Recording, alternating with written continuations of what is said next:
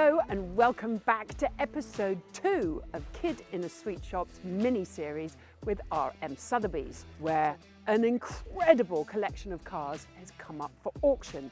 So we've been taking a look at these cars. Yesterday, it was all about these bad boys, the Bugattis. But today is all about the prancing horses. That's right, Ferrari. I'll be joined by Michael Squire, who is a specialist at RM Sotheby's, who's going to walk us around the cars. And please don't forget to subscribe.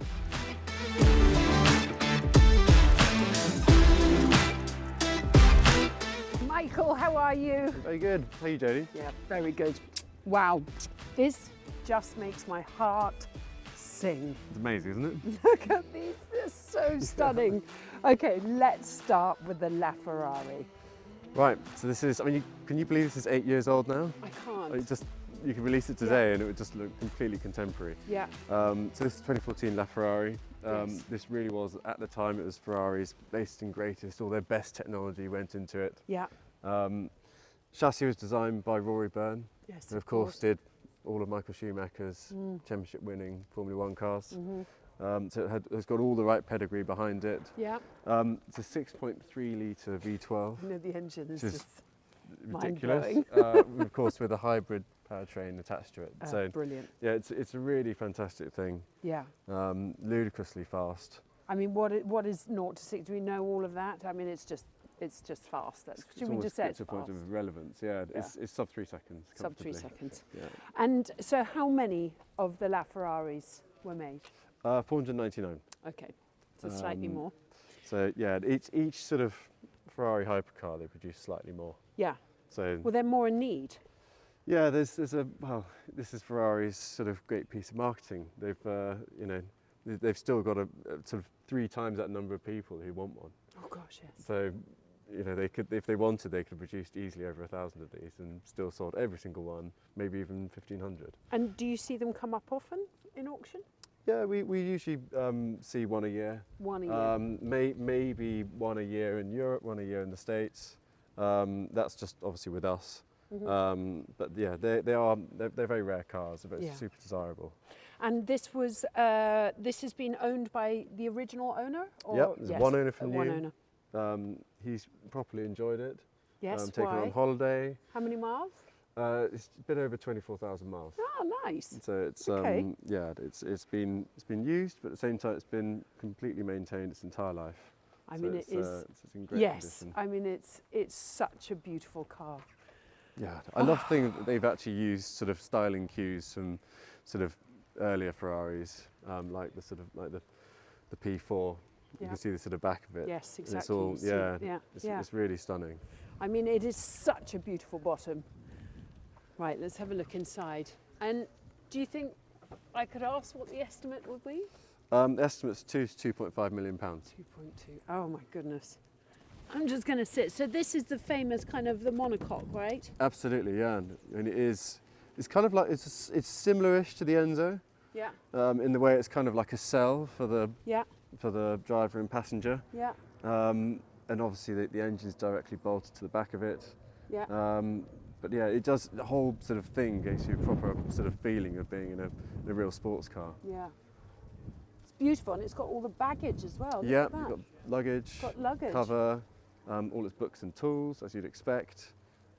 It's all there, full service history. It's the joy of it being just one owner from new. Exactly. So it's never sort of switched through hands, stuff getting lost. It's all there. Beautiful, absolutely stunning work of art, this car. Anyway, okay. Now on to the F40, yeah. Oh my goodness, I mean this is yeah, they are one of my favourites of all, yeah, absolutely. I mean hero car. They really are something else, the last car that Enzo Ferrari signed off. Yes, I know. So it's historically a bit of a pinnacle for Ferrari. It really is, yeah. It really, really is. Okay, for people that might not know, tell us about the engine. So it's a twin turbo V8.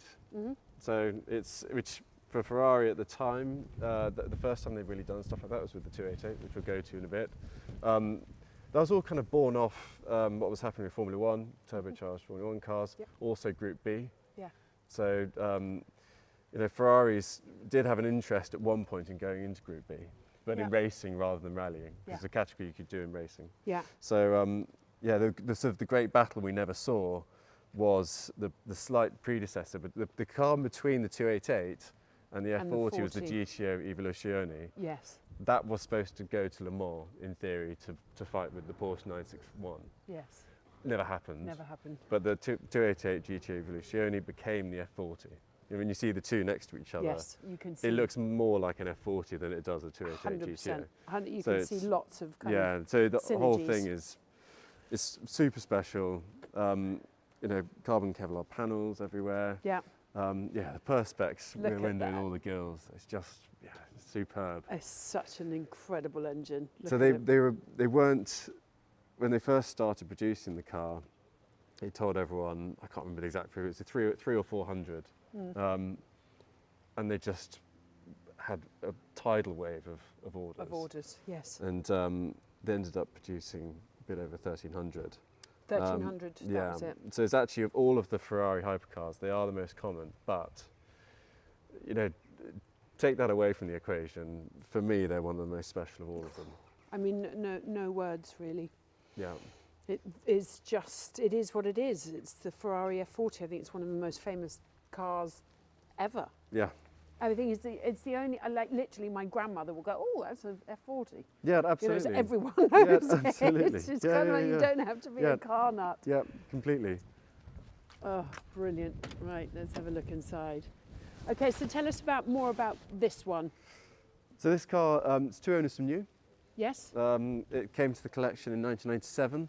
So it's been in the collection for a long time. A long time, 97, okay. Yeah, so it's really rare to come across an F40 that's been in ownership for that long. 48,000 miles? Yeah, all it's kilometres. Kilometres, sorry. And so yeah, it's a really nice example. Books, tools, you know, it's all there. It's all there. Yeah, I love the interior on these. They're like proper race cars, aren't they? Yeah. I mean, it does kind of want to kill you every single minute that those turbos kick in. So you have to get strapped in quite well. Oh, I love it. Estimated price? Is 1.4 to 1.8 million pounds. Not bad, actually. Yeah. I thought it would, well, it probably will make more, but we shall see. Yeah, we will. Certainly will on 5th November. Now, I love a 288. It's the best looking of all of them, isn't it? It's, and it's the start. So it's, they're hugely special things. Oh. They're the rarest as well. There's only 272 that were ever made. 272. Do we know what number? Normally it kind of says somewhat. I know the body number is 177. Okay. I'm not sure if that correlates to anything in particular. Yes. Look at that. Yeah. Actually, it looks kind of like a normal, you know, but actually absolutely not. The whole car is just completely filled with their, you know, top technology of the day. And sort of details like the sort of velour tops of the dashboard to try and cut out any glare on the windscreen. Brilliant. You know, just there's so many sort of small, clever details everywhere on a 288 GTO. I mean, it's so cool. Every single vent is functional. You'd think this is all for, you know, the show. The only ones that are not are the gills right at the back, behind the wheels, which are just there because, of course, it's a GTO, so you have to have gills behind the rear wheels. Of course. So it's they're just amazing cars. I've always loved these. Oh, engine? So again, it's a V8 twin turbo, going back to the idea that they're going to take the GTO to Group B, and it's, you know, it was an easy way for them to use sort of stuff they'd learned from Formula One and other projects. The back window. Yeah. It's just so cool. They're just amazing. One thing I love about this car is it's got megaphone exhausts. Yes, that's cool. Is that so cool? And you quite could rare? order them from new. You can order them from new. Yeah, you could order them from new. And they became sort of increasingly popular. Yeah, I bet they did. So yeah, they sort of throw fire out of the back.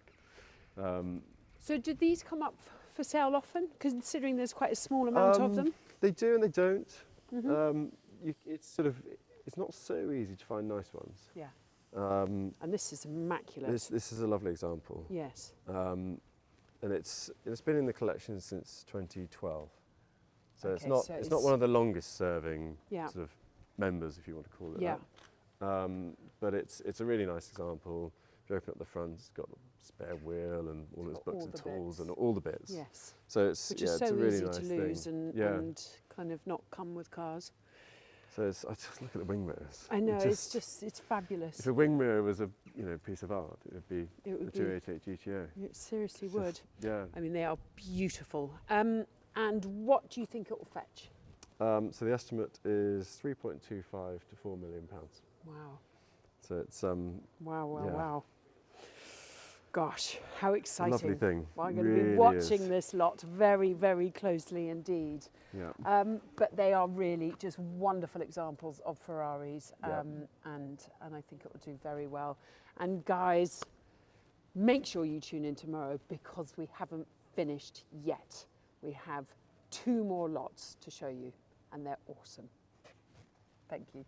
No problem. I'm just going to stare at this a little bit longer.